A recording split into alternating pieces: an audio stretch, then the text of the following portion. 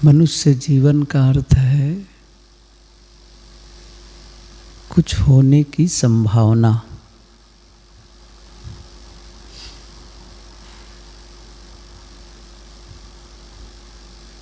जैसे बीज में होने की संभावना है और यदि वह संभावना पूरी तरह से वास्तविकता में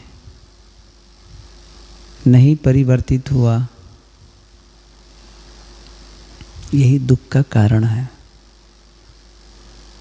दुख का कारण का मतलब है कि आप जो होना चाहते थे वह नहीं हो पाए।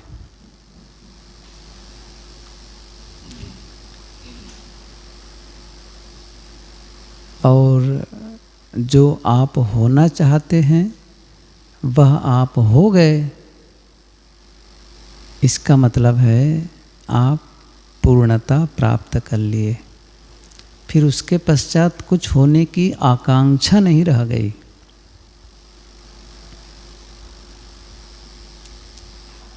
बीज पौधा बने, फूल खिले, तब तो ठीक है। और यदि ऐसा न हो पाए तो फिर वो अपूर्णता है और वही दुख है। बीज और वृक्ष में तो दुख सुख महसूस करने की कोई बात नहीं है, वो तो उदाहरण मात्र है। लेकिन मनुष्य में है। मनुष्य जो होना चाहता है वह हो जाए या हो जाता है, तब उसे पूर्णता महसूस होती है और यही शांति है, यही सार्थकता है। और इसका न होना यही दुख है।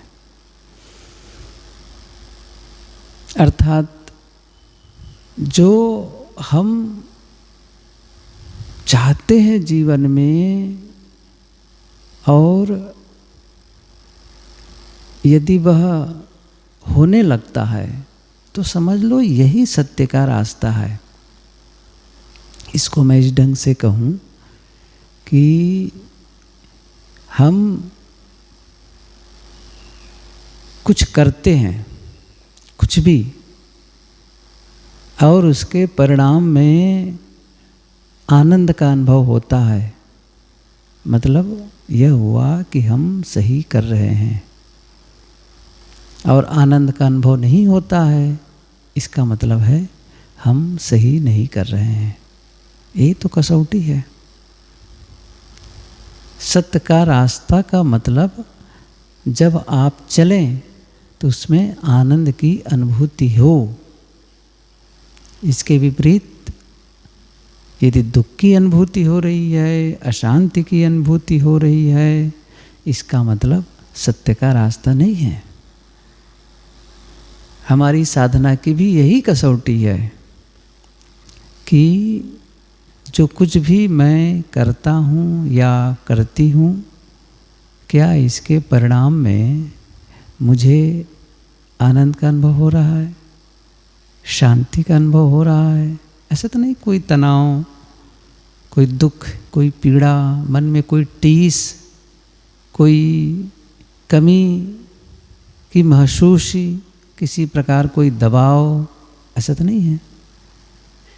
यदि है तो फिर से उस पर विचार करने जैसी है, फिर से वापस आकर के वो देखने जैसी है कि क्या बात है, क्यों ऐसा हुआ, और उसे ठीक करना है। ये तो बात अलग हुई। बात थी चेतन मन और अवचेतन मन की। चर्चा कर रहे थे हम लोग चेतन मन और अवचेतन मन के विषय में। इसे समझाने के लिए विद्वान लोग आइसबर्ग का उदाहरण देते हैं। बर्फ की चट्टानें होती समुद्र में, बहुत बड़ी बड़ी चट्टानें।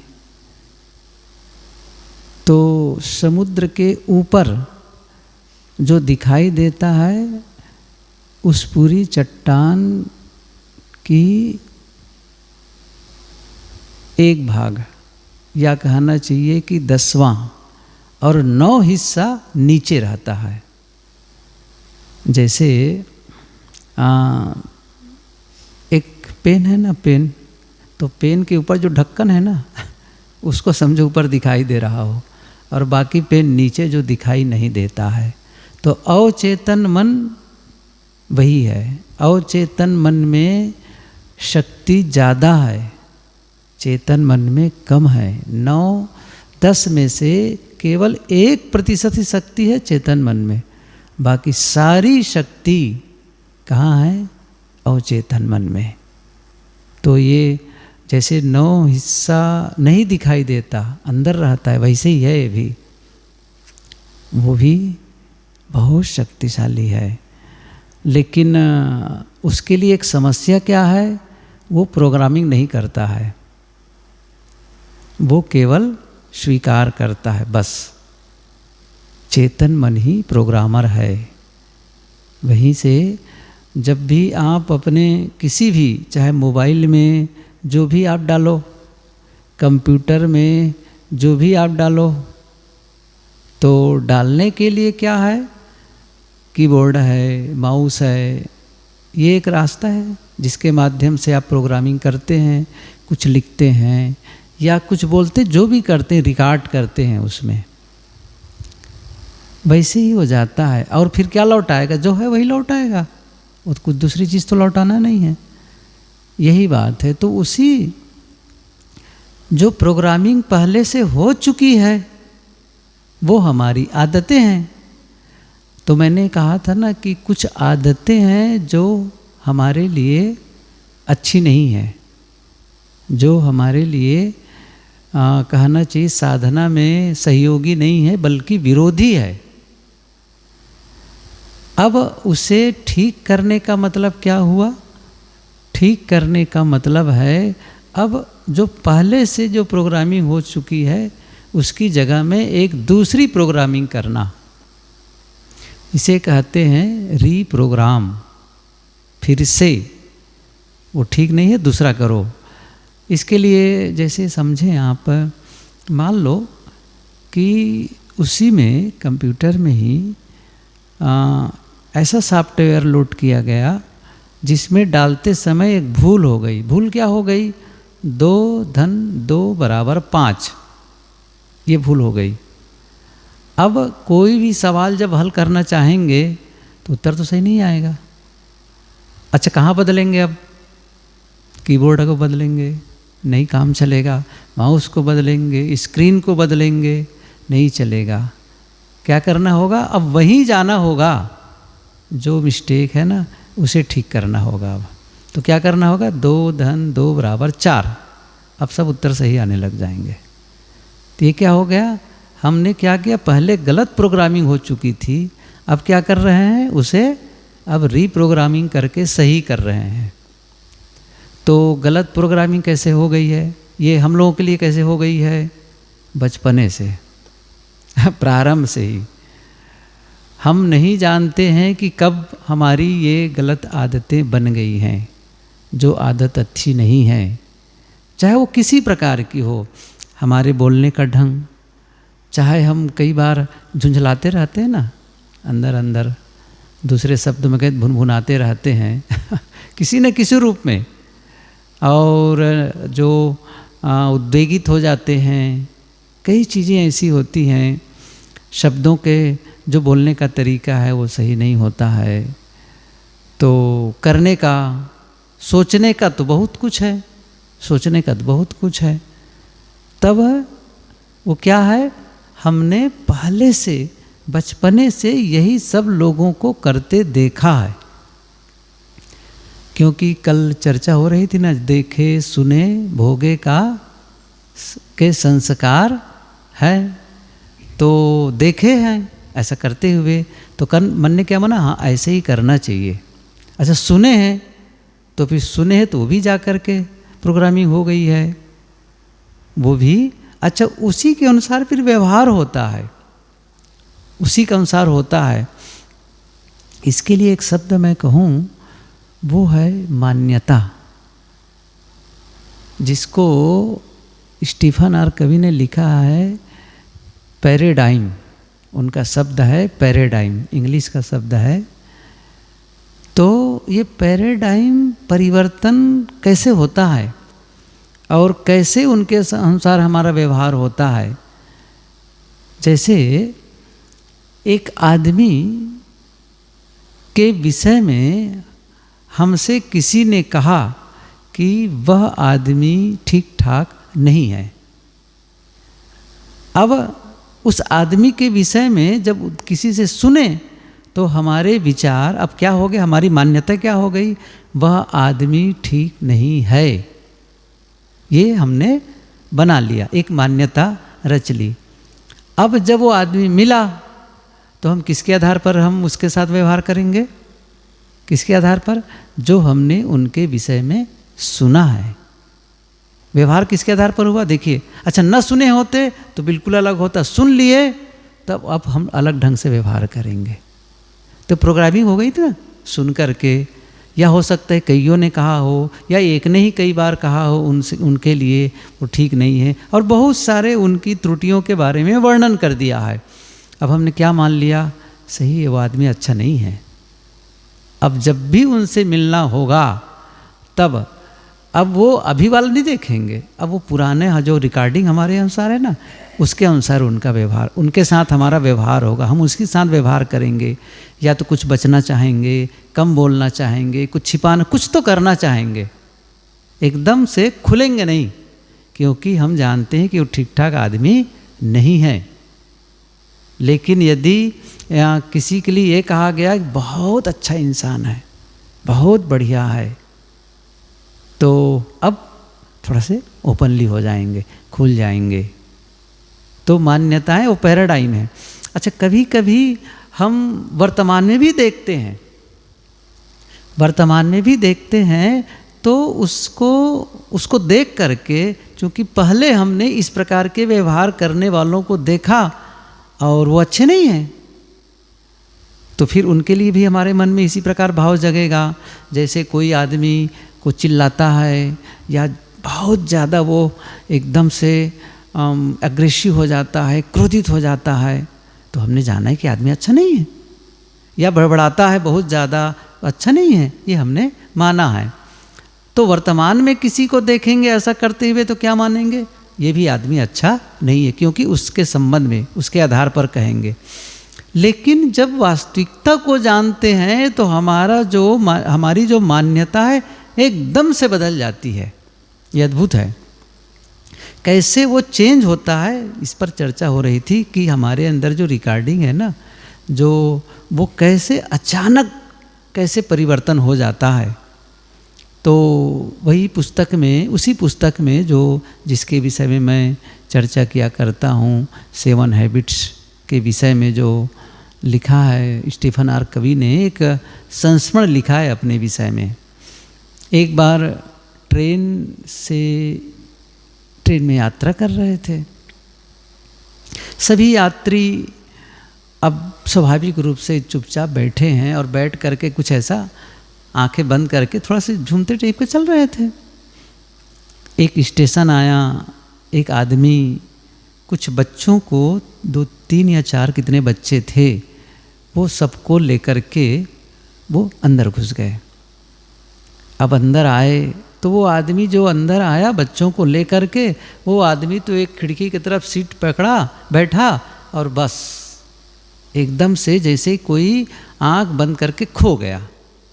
लेकिन बच्चे बैठे इधर, तो कभी कोई अखबार पढ़ रहा हो उसको ऐसे खींच ले, कभी इधर, और सब आपस में इतना उधम करने लगे कि कभी उसके पास जाए, कभी उधर करे, कभी उधर करे। तो बहुत, अब बच्चे कुछ बड़े भी, इतना छोटे भी नहीं थे, तो बहुत कुछ किया करते थे। तो सभी लोग परेशान थे, लेकिन किसी की हिम्मत नहीं हो रही थी कि बोल सके उनसे कि कैसे, मतलब और ये आदमी कैसे है जो कुछ भी कर नहीं रहा है, बच्चों को ऐसे ही छोड़ दिया है। कुछ तो ध्यान देना चाहिए कि और भी यात्री हैं, उनको कितनी हैरानी और परेशानी हो रही है, बोलना नहीं चाहिए। और ये बड़ा निश्चिंत बैठा हुआ आंखें बंद करके, जैसे बेखबर एकदम से। तो उसने कहा, लिखा है कि मैं ही असीमित धैर्य के साथ, बहुत धैर्यपूर्वक, बड़ी शालीनता से कहा, भाई साहब आप इन बच्चों के लिए आपको कुछ करना चाहिए। और देखो, और जैसा मैं महसूस कर रहा हूँ, बहुत इसमें परेशान हूँ, वैसे ही अन्य यात्री भी कर रहे हैं। और आप किस प्रकार निश्चिंत हो गए हैं, आप देख रहे हो बच्चे क्या कर रहे हैं। तो धीरे से आंखें खोला वो आदमी, और जिसे कहते हैं ना, एक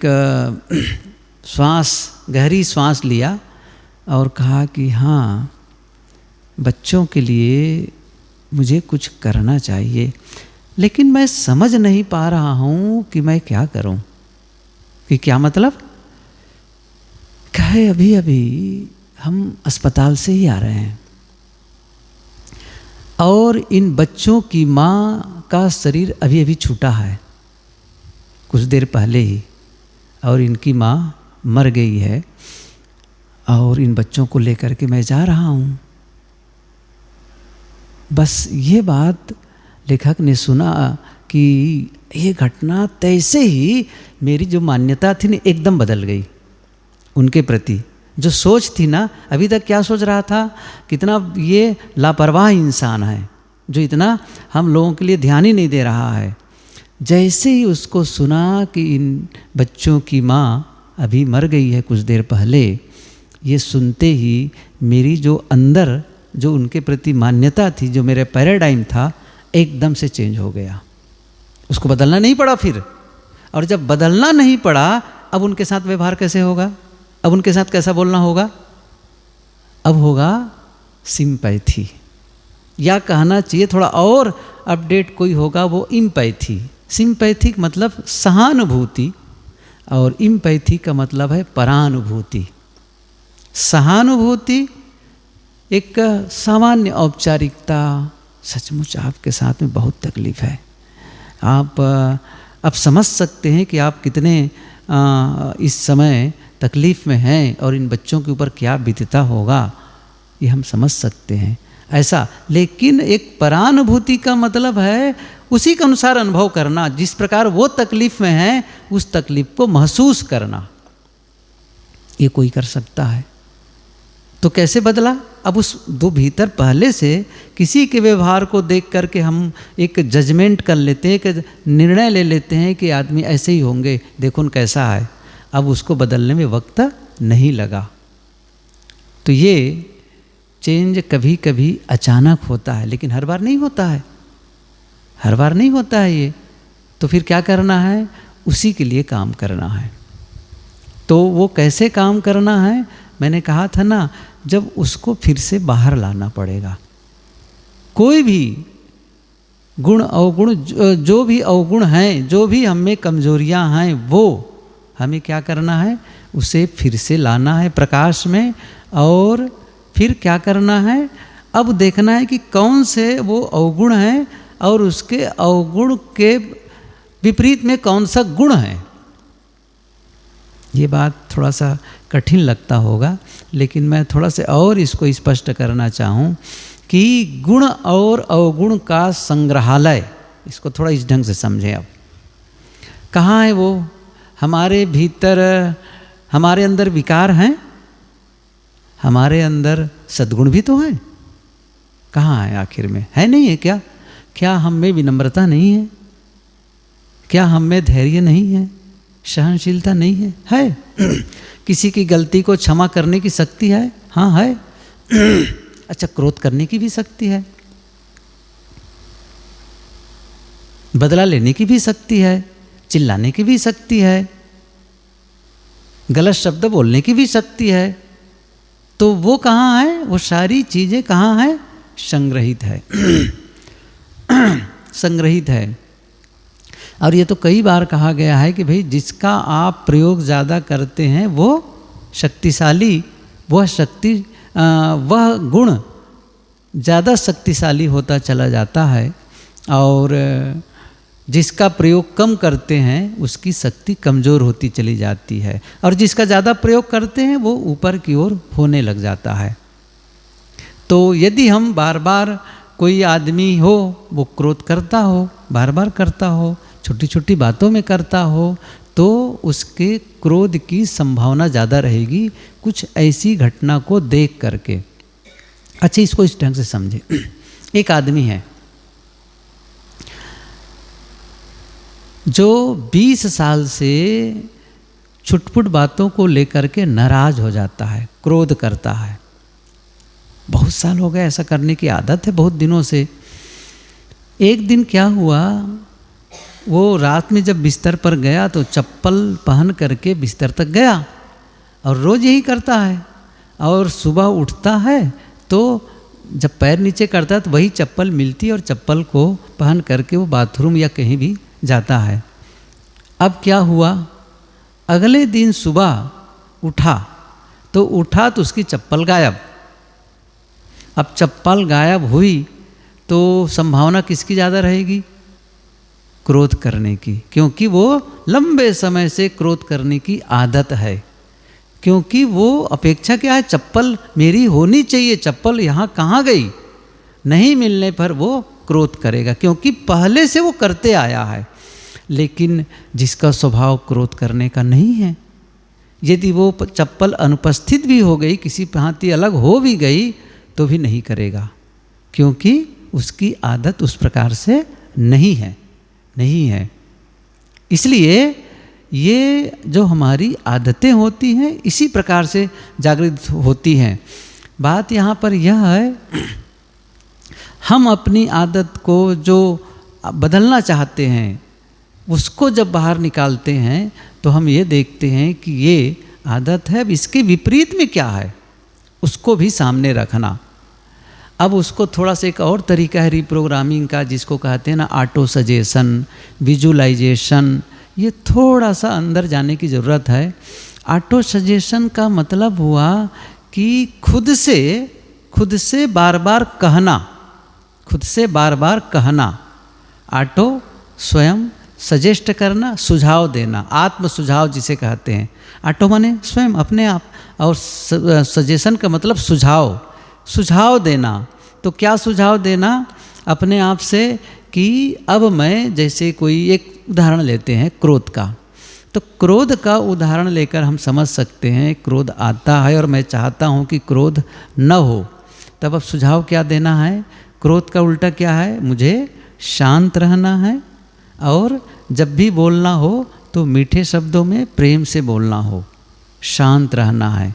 तो वो अब सुझाव देना है कि अब मुझे शांत रहना है, या कहना चाहिए कि मैं शांत रहता हूँ। और इसी रिप्रोग्रामिंग के लिए जो मैं कई बार पहले भी कहा, 3P का प्रयोग, 3P का मतलब क्या होता है? इसका मतलब है पर्सनल, पॉजिटिव और प्रेजेंट। 3P का मतलब, एक P का मतलब क्या हो गया? पर्सनल। दूसरे P का क्या मतलब है? प्रेजेंट। और तीसरे का मतलब है पॉजिटिव। ये 3 ढंग से कहना है। पर्सनल का मतलब है खुद के लिए, और पॉजिटिव मतलब है कि मैं यह करता हूँ, मैं अपने लिए कहना है पॉजिटिव चीज़ को, अच्छी चीज़ों को। और प्रेजेंट मोमेंट में अभी, जैसे इसको इस ढंग से समझें, जो आप भविष्य में होना चाहते हैं, जो आप अपने को भविष्य में बनाना चाहते हैं, होना चाहते हैं, करना चाहते हैं। क्या चाहते हैं? ये तो चाहते हैं ना, अब क्रोध आ रहा है लेकिन आगे मैं क्रोध नहीं करूँगा। किसी बात का उत्तर कैसे दूंगा? अब मैं समझ रहा हूँ ना इस चीज़ को, कि भविष्य में मेरी आदत कैसी हो? मेरी आदत हो जब कभी सामने वाले की छोटी या बड़ी गलती हो तो भी मुझे शांत रहना है। यदि उत्तर देना ही पड़े, कुछ कहना ही पड़े, तो भी मुझे मीठे शब्दों में धीरे बोल करके उन्हें कहना है। यही तो चाह रहे हैं ना हम। अब ये आदत हम कब चाहते हैं? भविष्य में ऐसी आदत मेरी हो, ऐसी आदत मेरी हो, ऐसा हम चाहते हैं। अब वो चाहते हैं वो भविष्य है, क्या कहा जा रहा है? प्रेजेंट। उसे अभी वो आदत मेरी हो गई है, ऐसा आपको महसूस करना है, भविष्य में नहीं हो। मतलब मैं क्रोध नहीं करूंगी या नहीं करूंगा, तो क्या हो गया? 2-3 बातें समझे। मैं, चलो ये तो ठीक है, पर्सनल के लिए हो गया, लेकिन नहीं जो नहीं शब्द है ना, वो नकारात्मक है। और मैंने क्या कहा? ये होना चाहिए पॉजिटिव, मतलब सकारात्मक। और करूँगा ये भविष्य के लिए है, होना क्या चाहिए? वर्तमान के लिए। तो वाक्य क्या बदल जाना चाहिए? क्या बदल जाएगा? मैं शांत रहता हूँ या शांत रहती हूँ। क्यों? आप यही भविष्य में चाहते हैं। तो जो भविष्य में चाहते हैं उसे वर्तमान में अपने आप से बार बार कहना, यही है ऑटो सजेशन। अंदर नहीं जा रहा है क्या? नहीं समझ में आ रहा है? कुछ आ रहा है? ज़्यादा कठिन लग रहा है? थोड़ा सा कठिन तो है, लेकिन समझना तो पड़ेगा इस चीज़ को। फिर से बता रहा हूँ मैं, इसको क्या कहा? फिर से इसको इस ढंग से समझें।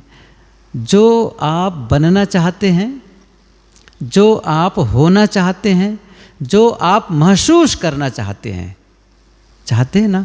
देखिए, हम 2 ढंग से समझे अपने को, अपने व्यक्तित्व को 2 भागों में बांटे। पहले भी कहा 2 भागों में बांटे। एक क्या है?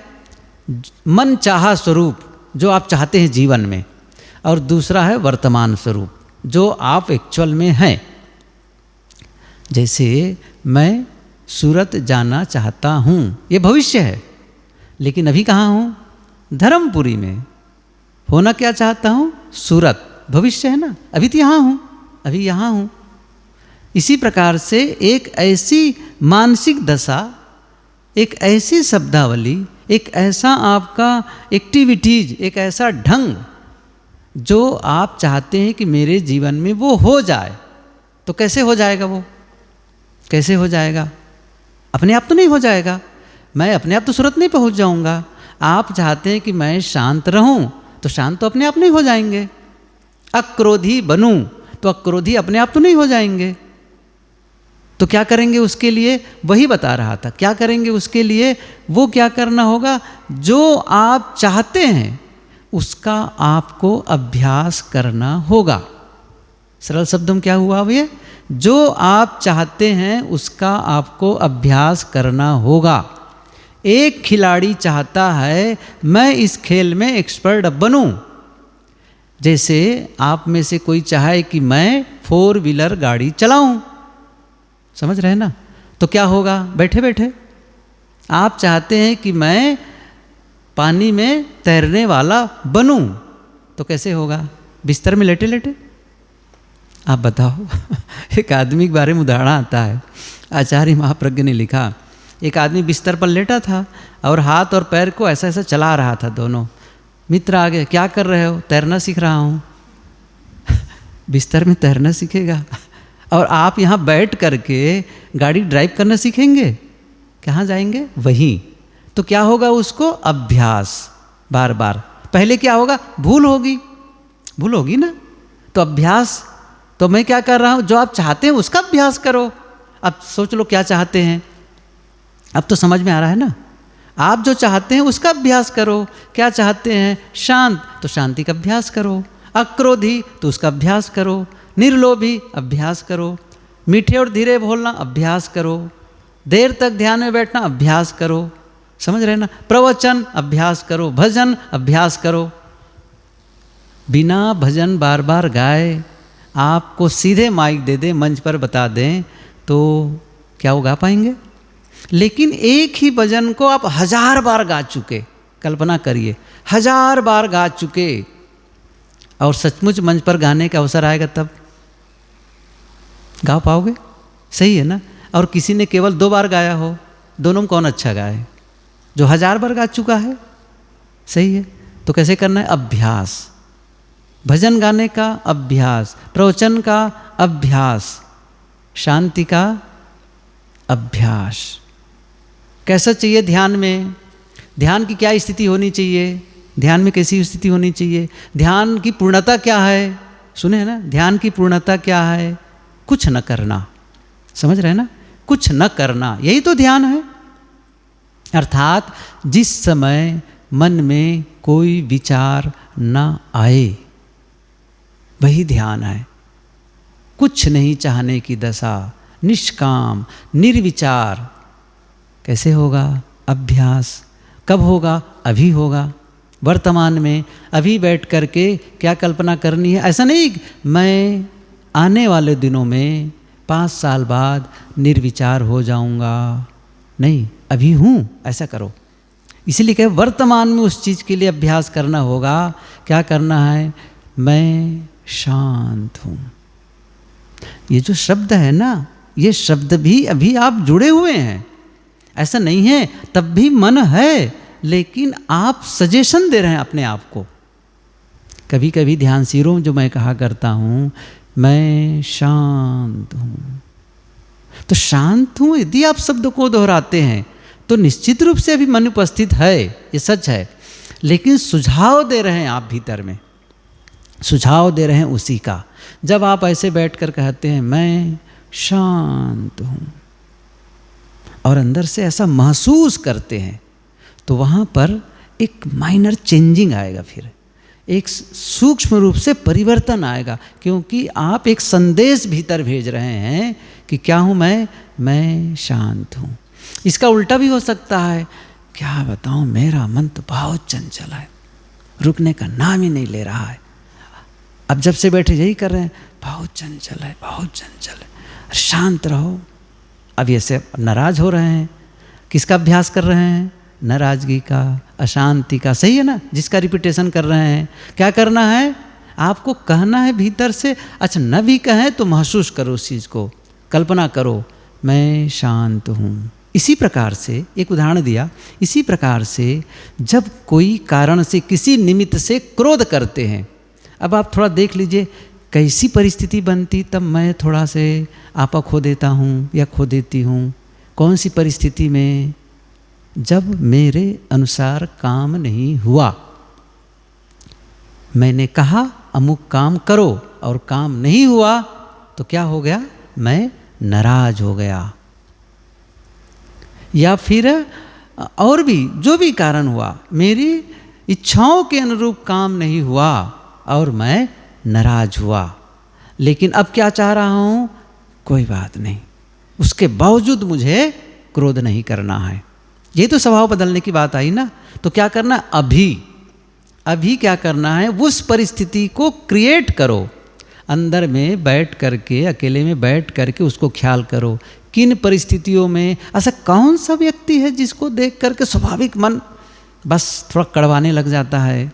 होता है ना कभी कभी कि ख्याल आ जाता है कि उसने मेरे साथ ऐसा किया है, उसने वैसा किया है। जैसे ख्याल आया और तैसे ही मन बड़बड़ करने लग गया उसके साथ में, अंदर अंदर लड़ाई शुरू हो गई। और सामने मिलने पर तो बस तेरा मुंह नहीं देखना चाहता हूँ या नहीं चाहती हूँ, जो भी होगा। सही ना? बहुत सारी बातें हुई। अब ये चाहते, इससे क्या होता है? क्या ऐसा करके अच्छा महसूस करते हैं? ख्याल करिए जरा। बात ये है कि क्यों बदलना, अच्छा क्रोध क्यों छोड़ना चाहते हैं? छोड़ो सारी बातें, अभी बाद में बताता हूँ इसके बारे में। पहली बात यही करते हैं, क्रोध से क्रोध क्यों है आप लोगों को? क्रोध आने दो ना, क्या दिक्कत है? क्रोध का मतलब केवल एक उदाहरण है ना। जैसे लोगों को बीड़ी तंबाकू उदाहरण दिया जाता है, यहाँ तो दिया नहीं जा सकता है, इसलिए उसी को कह रहा हूँ वो केवल एग्जाम्पल है, एक किसी प्रकार से कमजोरी का एक उदाहरण मात्र है। इसी आधार पर दूसरी कमजोरियों को भी हम जीतेंगे। तो वो हम क्यों क्रोध से हम दूर होना चाहते हैं, क्रोध नहीं करना चाहते हैं? क्यों नहीं चाहते हैं? क्यों नहीं चाहते हैं क्रोध करना? क्रोध होने दो ना, क्या दिक्कत है? क्रोध करने से काम बन जाता है। कोई तकलीफ है क्रोध होने से? कोई तकलीफ नहीं है। जब तकलीफ नहीं बात खत्म है। लेकिन होता क्या है, क्रोध से मैं ऊपर क्यों उठना चाहता हूँ? क्योंकि मैं क्रोध के समय ऐसे शब्द बोल जाता हूँ, ऐसा कुछ कर जाता हूँ जो शांति अवस्था में, सही अवस्था में, होश में वैसा शब्द नहीं बोलना चाहता हूँ, नहीं बोलता हूँ, सही कहा जाए नहीं बोलता हूँ, वैसा नहीं करता हूँ। और क्रोध के बाद जब उसकी फिर से याद करता हूँ तो मुझे अच्छा महसूस नहीं होता है। इसलिए मैं किसी भी परिस्थिति में क्रोध नहीं करना चाहता हूँ, क्योंकि क्रोध के बाद जो मैं महसूस करना चाहता हूँ ना, वो मुझे पसंद नहीं है, वो पसंद नहीं है। इसलिए मैं इससे पार जाना चाहता हूँ। तो उस परिस्थिति में, कि जिस परिस्थिति में वो क्रोध होता है, उस परिस्थिति को आप अकेले में बैठ करके याद करें। याद करने का मतलब है मानसिक चित्रण, इसको कहते हैं विजुअलाइजेशन इंग्लिश में, मानसिक चित्रण। और मैं कल ही बताया था रीप्ले या प्री प्ले, बताया था प्री प्ले, क्या कहा, प्री प्ले। इसको कहना चाहिए कि समस्या आने के पहले ही उसके समाधान के बारे में हमें काम करना है। अभी समस्या नहीं आई है, लेकिन भविष्य में समस्या आ सकती है, तो उसकी प्लानिंग होनी चाहिए कि नहीं होनी चाहिए? होनी चाहिए ना। तो प्लानिंग कब करेंगे? आज करेंगे। जैसे संबल साहब ने कहा ना, जिन जिन संबल ना कियो अस्पुर पाटन पाए। ये संबल मतलब हमें अपनी शक्ति को अभी अर्जित कर लेनी है, एक ऐसी शक्ति जो उस परिस्थिति के आने पर हम शक्तिवान हो सकें और जैसा चाहते हैं वैसा रिएक्ट कर सकें। तो वो कब करनी? अभी। तो एक होता है पोस्टमार्टम। पोस्टमार्टम जानते हैं? पोस्टमार्टम समझ रहे हैं ना? जब काम तमाम हो गया है तब जाकर के चीर फाड़ करते हैं, ले जाते हैं ना मुर्दा घर में, चीर फाड़ करते हैं कि एक्सीडेंट क्यों हुआ, इसकी खोजबीन कब हुआ? पोस्ट माने बाद, मार्टम वो कर रहे हैं। एक दूसरा शब्द याद करो आज, प्री मार्टम। पोस्ट माने बाद में और प्री माने पहले, समझ गए ना? पहले नहीं, पहले समस्या का खोज रहे हैं, घटना घट गई, अब सोच रहे हैं कि इसका कारण क्या है, वो ढूंढ रहे हैं। अब समझ रहे हैं ना? एक्सीडेंट क्यों हुआ, आत्महत्या क्यों किया, ये कब कर रहे हैं? हो जाने के बाद। मैं क्या कह रहा हूँ, वो आए उसके पहले ही खोज लो उसको, ये प्रीमार्टम है। उसको पहले ही ऐसे कुछ स्थिति बना लो कि वो आए और आप तैयार रहो उसके लिए, और आपकी स्थिति आए ही ना वो स्थिति। इसको कहते हैं प्रीमार्टम।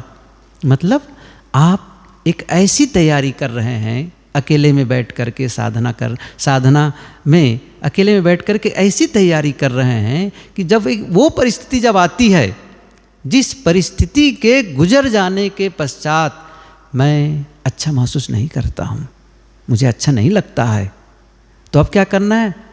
मुझे वो स्थिति नहीं आनी चाहिए कि मैं बुरा महसूस करूँ और अफसोस करूँ, पछताऊँ। पश्चाताप वाला अवसर नहीं आना चाहिए मेरे जीवन में। तो क्या करूँगा? अभी से तैयारी कर लूँ ताकि वो स्थिति आए और मैं पहले ही उसके लिए तैयार रहूँ। ये साधना। तो क्या करना है उसके लिए? बहुत सरल ढंग से समझें। आपको क्या कहना है वही करना है। उसको देखें, उस व्यक्ति को, उस परिस्थिति को, और देख करके आप अंदर से क्या कहना है। वो परिस्थिति बनी और जिसमें कई बार आपने नाराज़गी व्यक्त की है, अब क्या करना है? अंदर देखें, फिर से आप उस परिस्थिति को देख कर कह रहे हैं शांत, या फिर कोई उत्तर नहीं, उत्तर भी है तो धीरे और मीठे शब्दों में। किसका अभ्यास कर रहे हैं? अक्रोध, धीरे और मीठे शब्दों का। अंदर अंदर ना कोई घटना नहीं है, फिर भी अभ्यास कर रहे हैं। अभी वो परिस्थिति नहीं है, फिर भी अभ्यास कर रहे हैं। जैसे अभी उदाहरण दिया था, अभी मंच पर गाना नहीं है आपको। अच्छा, कहाँ गा रहे हैं? बिस्तर पर। सही है ना? अंदर अंदर कहाँ गाना है? अरे मंच पर तो गा नहीं रहे, अभी क्यों गुनगुना रहे हो? अभी इसलिए गा रहे हैं ताकि हम मंच पर गा सकें। सही है ना? अभी इसलिए गा रहे हैं ताकि हम मंच पर गा सकें। तो आप अकेले में क्यों अभ्यास कर रहे हैं? उस चीज़ को क्यों कर रहे हैं? बार बार शांत शांत शांत हूँ, धीरे, और बिल्कुल एक ख्याल कर रहे हो कि मैं मीठे शब्दों में उत्तर दे रहा हूँ। क्यों कह रहे हो?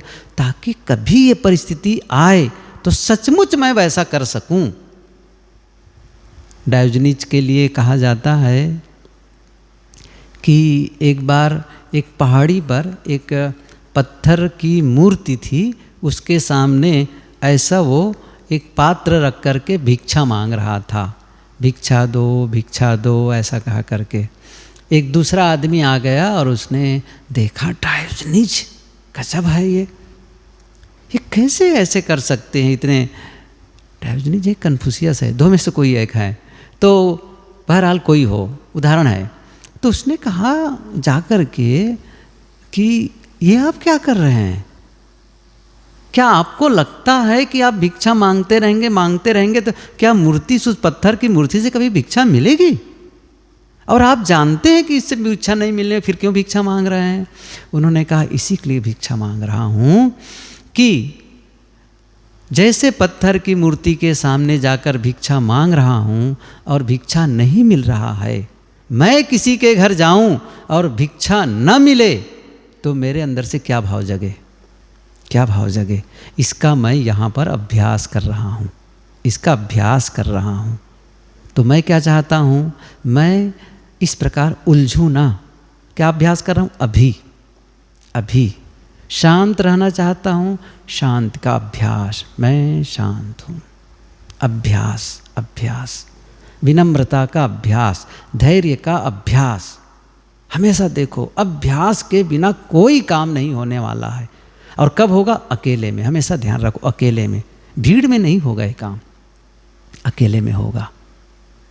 आप चाहे उसको ध्यान के समय कर लो या अलग से कर लो। गुरुदेव जी कहते हैं चिंतन, सुने थे ना गुरुदेव जी से, चिंतन, आत्मचिंतन, यही है इसका मतलब, चिंतन, खुद के बारे में चिंतन करना और वहीं पर तराशना। जो कई बार सत्संग में बात आती ना, अपने को तराशो, अपने को संवारो। इसका मतलब नहीं कि चेहरा मोहरा तराशना है, ऐसा नहीं है। वो तराशना, वो खुरदुरे अंश। ये खुरदुरा क्या है? उद्वेगित होना, झुंझलाना, बड़बड़ाना, या फिर किसी की गलतियों के बारे में सोचते रहना, कुछ भी, या अपने से कुछ ऐसा कुछ करना, या फिर टाल मटोली करना, समय की बर्बादी करना, कुछ भी, चाहे मोबाइल एडिक्शन, कुछ भी है, आलस्य है, बहानेबाजी है, बहुत सारे हम में कमजोरियां हैं। हम क्या करते हैं? बहाना बनाते रहते, नहीं ये नहीं है, वो है, या टाल मटोली करते रहते हैं। बहुत सारी कमजोरियां हैं, उन सारी एक एक करके बीन के निकालना है और सामने लाना है और उस पर वर्क करना है। अब बताओ कितना बड़ा काम है ये। आपको क्या लगता है? खाओ पियो मौज करो इतना काम है साधु का कि जितना खेत में करते ना उससे कहीं ज़्यादा है। यदि इनको ख्याल करके लाएं, और मैंने कहा ना वो सारे हमारे व्यक्तित्व के खुरदुरे अंश हैं जो हमारे व्यक्तित्व के स्वरूप को बिगाड़ते हैं। ख्याल करिए, धैर्य खो दिए, कैसा लगेगा? गलत शब्द बोल दिए, कैसा लगेगा? अच्छा थोड़ी है वो, ये हमारा व्यक्तित्व को निखारेगा नहीं, ये बल्कि बिगाड़ेगा। अब हम कहते नहीं, हमें कुछ ऐसा निर्मित करना है, वो जो खुरदुरापन है ना उसको ठीक करना है। कब करोगे? कैसे करोगे? कोई तरीका है? कौन से तरीका खोजे हैं आज तक के? मैं जहाँ तक जाना उसको मैं सरल शब्दों में बताने का प्रयास तो कर रहा हूँ, लेकिन ये विषय ही कुछ कठिन है कि थोड़ा से तो लगेगा, लेकिन जब इसको समझेंगे ना तो करेंगे अकेले में आकर के, और फिर करेंगे तो ही काम बनेगा। ये करके ही होगा, सुन के कभी नहीं होगा, हमेशा ध्यान रखो। क्योंकि सुनते तो हम सदा से आए हैं, सुनकर काम बना। कितने साल से सुन रहे हैं बताओ? हम लोग को 40 साल हो गए, भगवान जाने कब बीतेगा ये सुनते सुनते, इतने दिन से सुन रहे हैं। तो सुन करके नहीं होता है, बोल करके नहीं होता है, करके होता है। कुल मिलाकर के अभ्यास किसका चाहिए? उसका अभ्यास, शांति का अभ्यास, निर्मोहता का अभ्यास। मोह, आकर्षण, आसक्ति, कहीं है आकर्षण, किसी के प्रति है, निर्मोह। निर्मोह कैसे होगा? निर्मोह अभ्यास, बार बार ये अभ्यास करना पड़ेगा, तब जाकर के धीरे धीरे परिवर्तन होता है। बहरहाल आज तो 5:02 हो गए हैं। हम रात में थोड़ी सी इसको और सरलीकरण करना चाहेंगे ताकि इस पर काम कर सकें हम लोग, है ना, ताकि इस पर हम थोड़ी सी मेहनत कर सकें। किस पर मेहनत? खुद पर मेहनत कर सकें। साहिब बंदगी।